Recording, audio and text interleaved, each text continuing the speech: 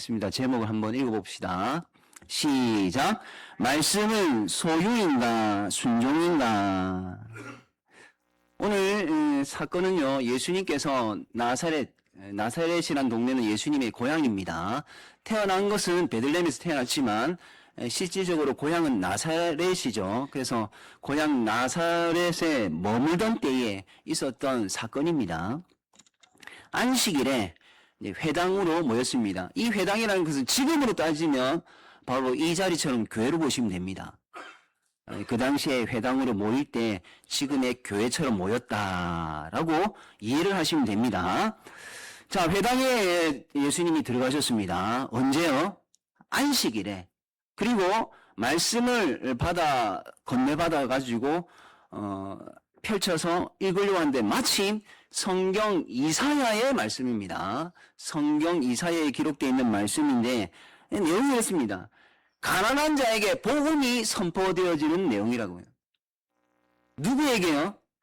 예, 가난한 자에게 복음이 전파되는 그러한 내용인데 포로된 자가 자유를 얻게 되고요. 눈먼 자가 보게 되고요. 눌린 자가 이제 자유롭게 되는 그런 내용입니다. 이게 복음이라는 거죠. 그런 말씀을 전하고 나서 예수님이 이 성경 이사야 책을 탁 덮습니다.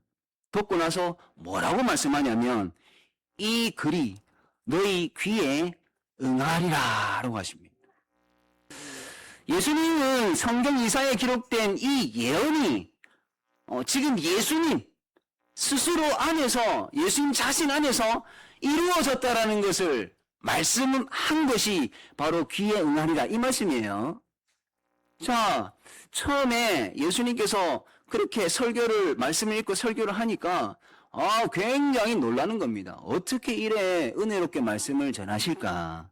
제가 조금 이렇게 각색을 좀 했습니다. 자, 그런데 그렇게 말씀을 읽고 놀라워했고 은혜를 막 풍성히 누리는 것처럼 그렇게 표현을 했단 말입니다. 그러나 누군가가 이런 말을 하는 거예요. 이 사람이 요셉의 아들인 거 모르느냐? 요셉의 아들이잖아. 이런 말을 누군가가 한 거예요. 그랬더니 이 말을 하고 듣고 하는 이 상황을 기점으로 해가지고 이 모든 예수님에 관한 상황이 예수님에 관한 분위기가 돌변하는 겁니다. 돌변을 했습니다. 예수님을 다시 평가하기 시작했다고요. 이 사람이 하나님의 말씀을 이렇게 설교를 할 자격이 있는지 이제 따지기를 시작했다는 것입니다. 바로 이 지점에서 무엇이 시작됐냐면 예수님을 배척하기 시작했다. 오늘 본문에는 환영받지 못했다라고 하는데 배척을 했다라는 거예요. 밀어내기 시작했다라는 것입니다. 왜 예수님을 배척합니까? 가장 먼저는요, 예수님을 이렇게 믿기보다는 예수님을 이해하려 했기 때문이다라는 겁니다. 다시 한번요, 예수님을 믿기보다는 이해를 하려고 했기 때문이에요. 나사렛 사람들은요, 예수님을 너무나도 잘 알고 있었다라는 겁니다. 그래서 그들이 이 예수님에 대해서 모르는 게 없더라고 스스로들이 평가를 한 거죠. 다르게 표현하면 출신을 알고 예수님의 성장 과정을 알고 그 가족 구성원을 안다라는 겁니다. 그래서 그들의 익숙함, 나사렛 사람들의 이 익숙함이 믿음이 되지 못하게 했다라는 것을 말씀을 드립니다. 무엇이요? 익숙함이. 오히려 예수님을 자기 기준에 가두는 그런 결과를 만들어버리고 말았다라는 겁니다. 이해할 수 있는 예수님은 받아들이지만 이해를 넘어서는 예수님은 거부한다라는 겁니다. 거부한다. 어쩌면 이런 태도가 우리에게도 있지 않을까? 이런 생각을 한번 해보게 됩니다. 예수님께서 24절에 뭐라고 말씀을 하시느냐? 뭐라고 말씀하냐면 선지자가 고향에서는 환영을 받지 못한다고, 선지자 고향에서는 환영받는 자가 없다라는 그러한 말씀을 하십니다. 근데 여기서요, 여러분 한번 고향이라는 이 단어에 대해서 한번 묵상을 해본 적이 있으실 겁니다. 어느 깊이까지 한번 이 고향이라는 단어를 묵상을 해 보셨습니까?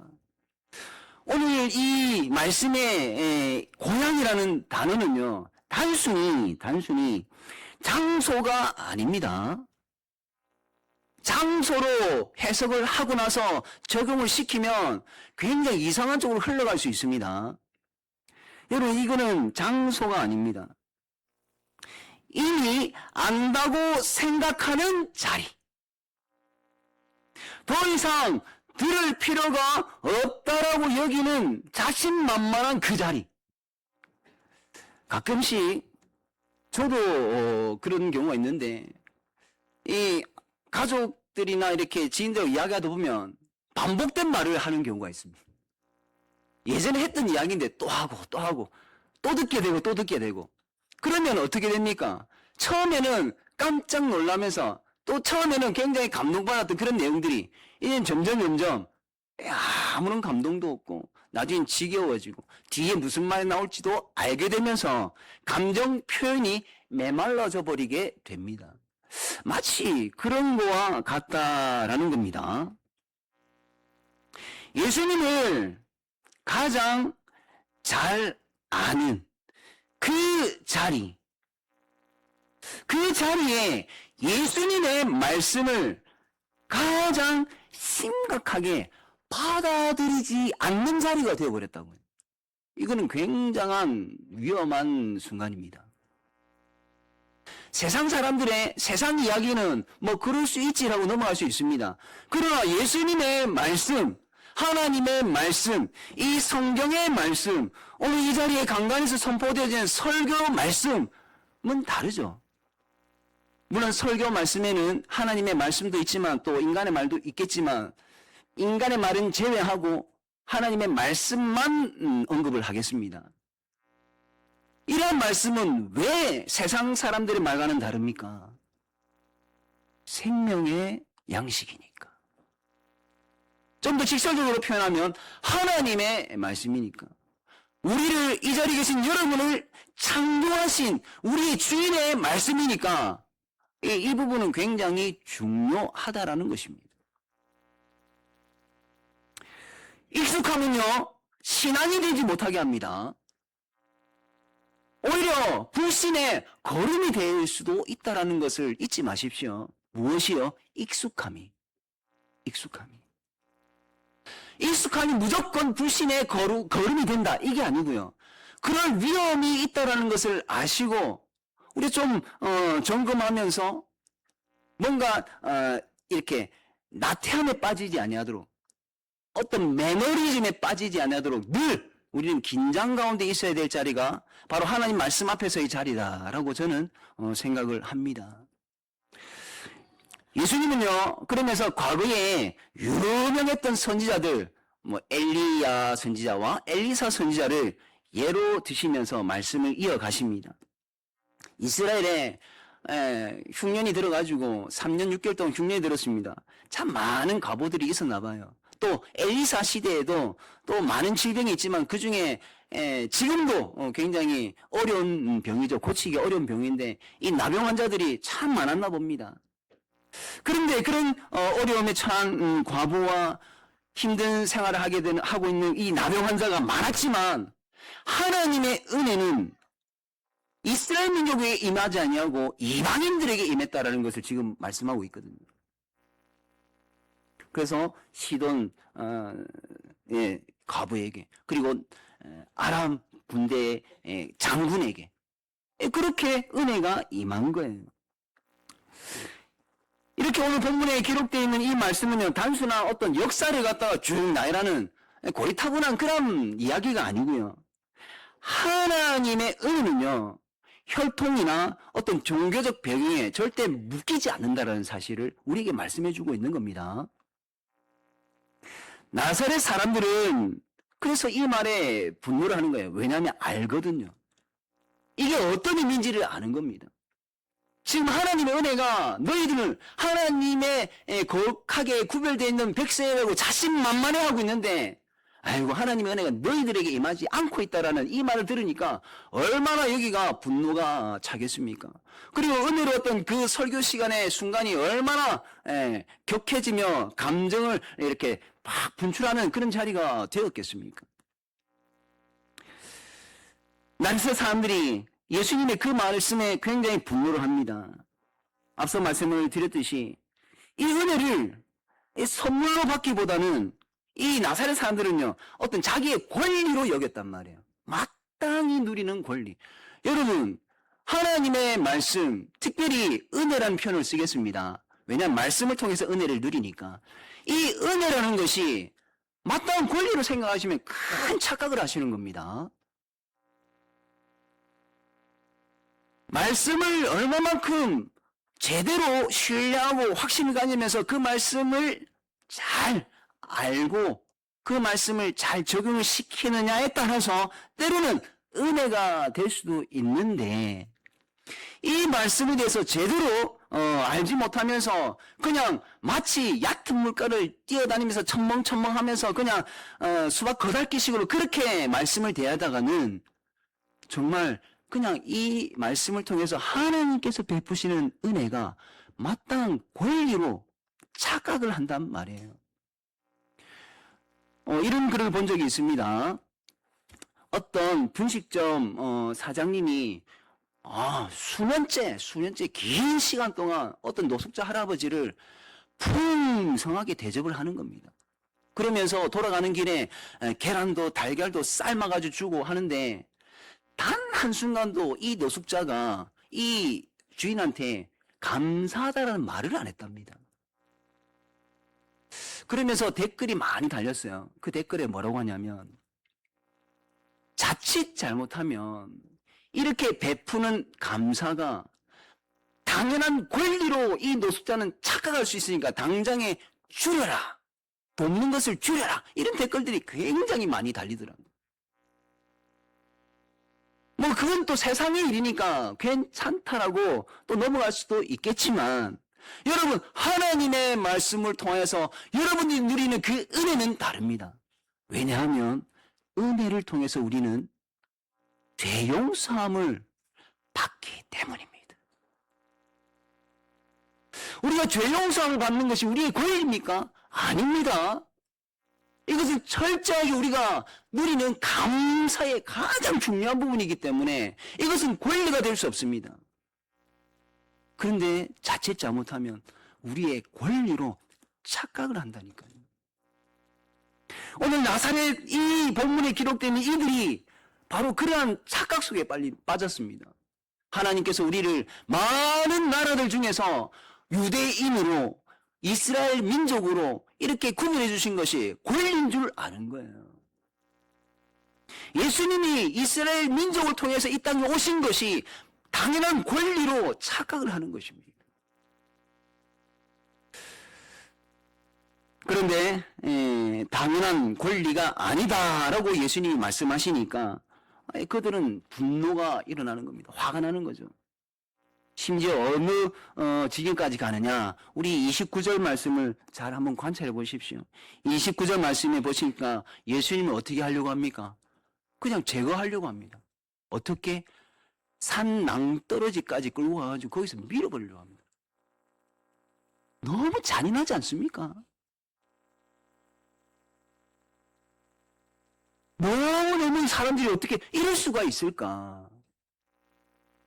그냥 이렇게 막 멱살을 잡고 막 이렇게 하는 것이 아니라 그냥 낭떠러지에서 떨어져 죽으라는 거죠. 사람들이 이렇게 잔인합니다. 근데 그거 아십니까? 조금 전에는 은혜를 받았다고 했던 사람들입니다. 그 말씀을 듣고 설교를 듣고 깜짝 놀라면서 참 예수님 대단하다라고 했던 사람들이 돌변합니다. 많은 것을 생각하게 만드는 부분입니다. 여러분들의 마음속에 이렇게 잔인함이 혹시 있습니까? 혹시 발견이 되면 한번 깊이 한번 묵상을 하십시오. 이런 것들을 어떻게 해야 할까? 다시 돌아옵니다. 여러분, 왜 우리는 예수님을 배척할까요? 그것은 예수님을 미워해서가 아닙니다. 미워서가 아니에요. 예수님이 우리 자리를, 내가 지금 정말 소중하게 여기는 그런 자리들이 있을 것인데, 그 위치가 있을 것인데, 그 자리를 위협받고 있으니까 예수님을 배척하는 겁니다. 예수님은 우리가 주인처럼 서 있던 자리를 요구하십니다. 말씀을 판단하던 자리에서 지금 내려오라고 하시는 거거든요. 여러분, 이게 무슨 말이냐면, 하나님의 말씀을 들으니까 그 말씀 가지고 자신을 평가하는 것이 아니라 자꾸 다른 사람들을 평가하면서 막 그들을 평가하면서 지적질을 하는 겁니다. 이게 하나의 예입니다. 자신이 주인이 되어버리는 거죠. 그런 자리에서 내려오라고 하시는 것이고요. 은혜를 관리하던 그 손, 마음대로 자기가 은혜를 평가하는 겁니다. 자기 마음대로 은혜를 정의하는 겁니다. 심지어 이 은혜는 나만 누려야 돼라고 하는 그러한 심보를 가지는 거죠. 그런 것들을 내려놓으라는 겁니다. 아이고, 저 성도는 교회 온 지 얼마도 안 됐고, 지내는 거 보니까 술 마시고 또 안 볼 때는 담배도 피고, 에이구, 그런 경우는 하나님이 좀 야단을 쳐가지고 술도 끊고 담배도 끊게 해야 돼. 하나님의 은혜는 좀 나중에. 이런 손은 내려놓으라는 거죠. 제가 술, 담배로 예를 들었지만 얼마나 많은 우리는 이러한 적용을 하고 있습니까? 이러한 요구 앞에서 우리는 종종 순종보다, 이 말씀에 대해서 순종하는 것보다는 자꾸 밀어낸다고. 이런 쪽을 선택한다고. 100%는 아니겠지만. 자, 이런 말씀을 지금 우리에게 주고 계십니다. 어떤 경고의 말씀이라고도 할 수 있겠죠. 그렇다면 이 본문을 통해서 우리는 어떤 유익을 얻는가라는 것입니다. 어떤 유익을 얻는가? 가장 먼저는요, 우리를 착각에서 깨어나게 해주십니다. 착각에서 깨어나게 해주십니다. 착각이라 하면 우리는 예수님을 알고 있고, 우리는 교회로 모이고 있고, 우리는 성경 말씀을 가지고 있고, 그러니 이미 충분하다라는 착각, 여기에서 우리를 깨어나게 해주고 있다라는 겁니다.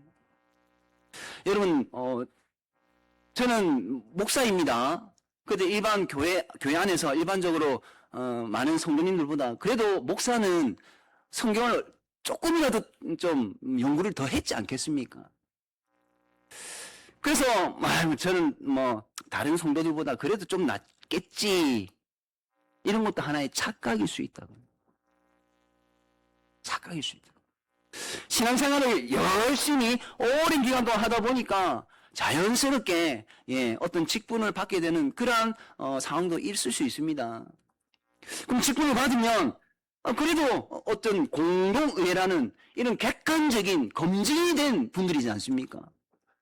그래서 직분을 받으면 그래도 어떤 일반적인 성도들보다는 그래도 좀 더 괜찮지, 이런 착각에 빠질 수 있다라는 것입니다. 이런 착각에서 오늘 본문은 우리를 깨우쳐 주게 합니다. 특히 말씀을 소유하고 있기만 하면 우리는 이미 안전하다라는 이런 생각. 그래서 거룩한 주일에 공예를 드렸다라는 이유만으로 말씀을 들었다라는 그 이유가 되는 거죠. 그런 이유로, 그리고 신앙인으로서의 기본은 지켰다라는 이런 이유로 주일에 할 바를 다 했다라고 안심을 하는 경우도 있을 겁니다. 이 자리에 계신 여러분은 어떻습니까? 그리고 공예배 이후의 시간은 그냥 내가 원하는 방식으로 살아도 괜찮다라고 여깁니다. 여전히 삶의 주인은 예수님이 아닌 거예요. 내가 삶의 주인이라는 겁니다. 예수님은 주일 예배 시간에는 환영받으셨지만 삶 전체에서는 마치 고향에서 배척받으셨던 예수님처럼 그렇게 지금 배척당하고 계시는 상태입니다. 그런 상태에 빠지지 않도록 본문은 우리를 좋은 말씀으로 교훈을 하고 있는 거죠. 또 이 본문은요, 우리를 말씀의 중심으로 다시 이끌어주고 있다라는 것입니다. 어디 중심으로요? 예, 세상의 어떤 명예의 중심, 어떤 권력의 중심, 그런 게 아니고요. 말씀의 중심으로. 요즘 세상에 얼마나 인싸가 되고 싶어서 참 많이들 발버둥을 치지 않습니까? SNS에 뭐 글을 하나 올려도 거기에 조회수가 막 넘쳐나야지 됩니다. 그래서 여러 활동들을 하죠. 그런 중심에 가는 것도 사실은 뭐 좋을 수 있습니다. 하지만 정말 우리에게 적어도 저와 여러분이 예수님을 믿는 그리스도인이지 않습니까? 하나님이 예배의 주인이라고 그렇게 신앙 고백을 하는 성도들이지 않습니까? 그렇다면 우리는 말씀의 중심으로 가야죠. 말씀은 소유물이 아니라 만나는 것입니다. 만남입니다.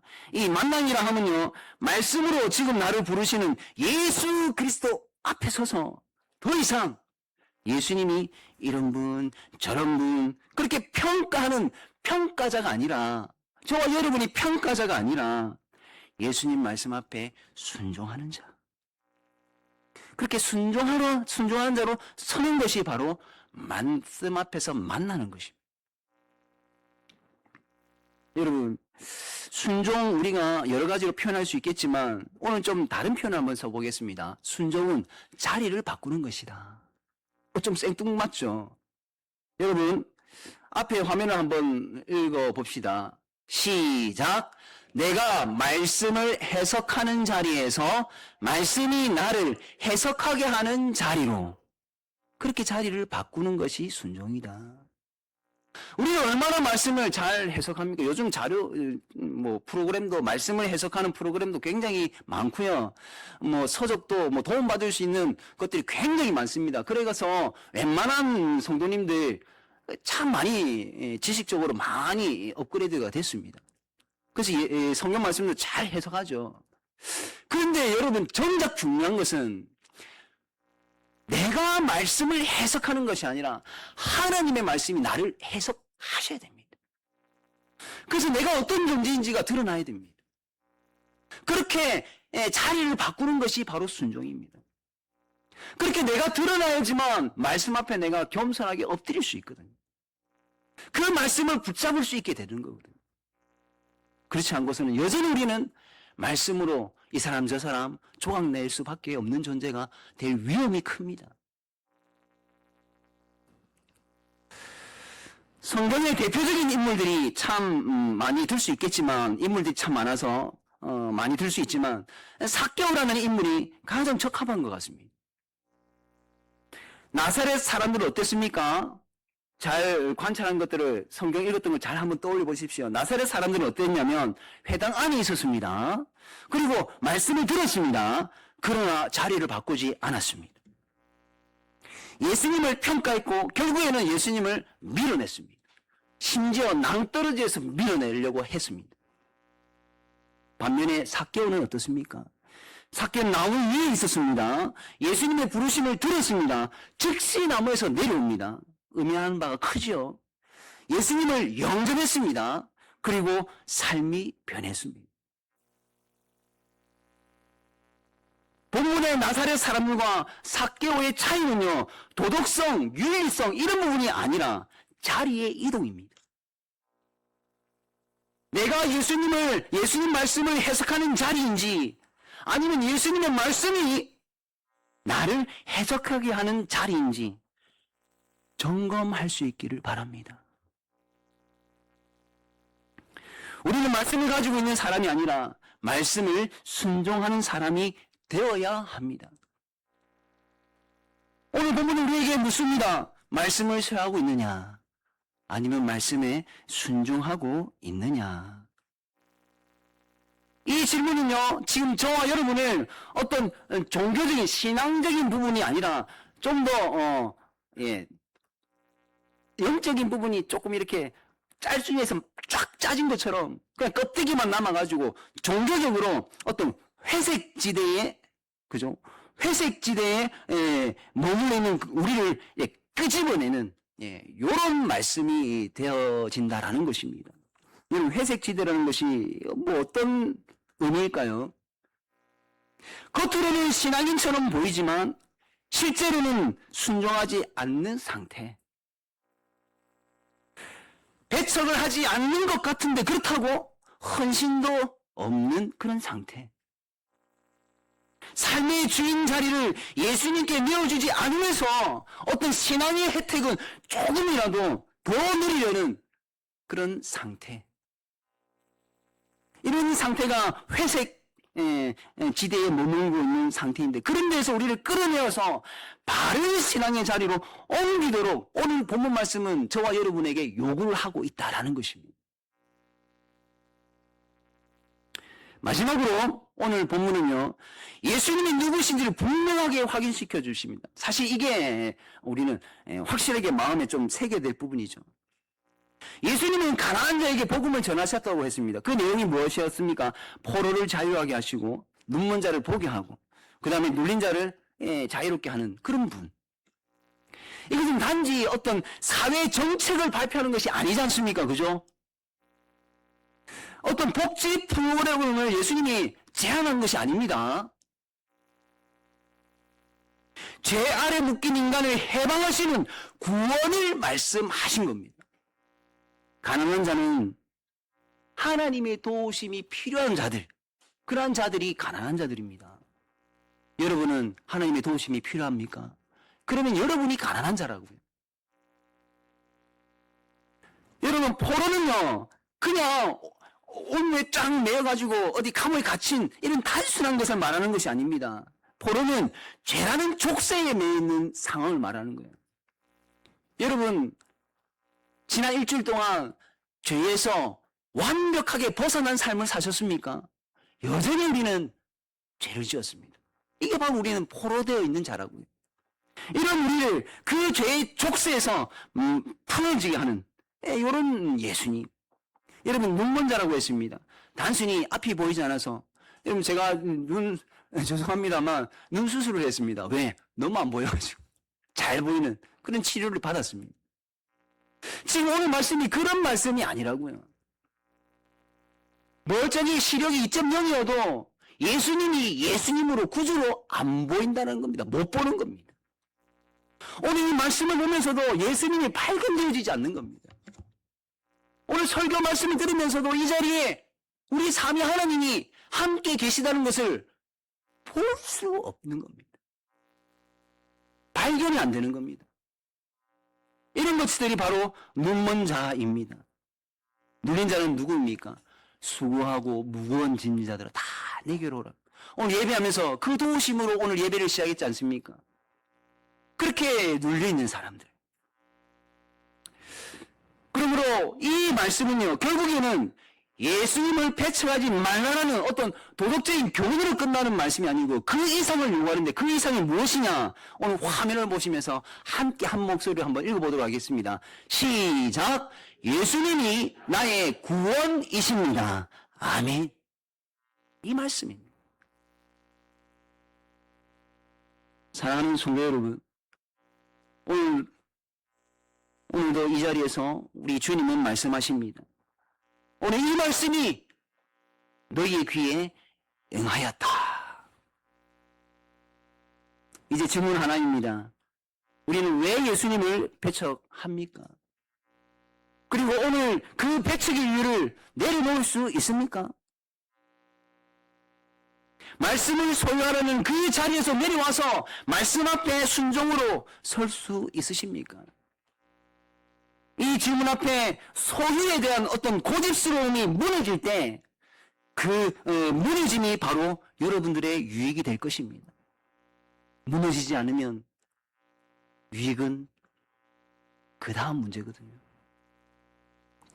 왜냐하면 그 자리에서 우리는 다시 예수 그리스도를 주로 고백할 수 있는 자리로 나아갈 수 있기 때문에 막힌 담이 무너져야지만 우리는 하나님께로 나아갈 수가 있습니다. 그리고 예수 그리스도를 주로 고백하는 자에게 예수님께서는 더 이상 말씀이 아니라 나의 구원자가 되십니다. 오늘 이 은혜가 우리 모두에게 임하기를 간절히 바랍니다.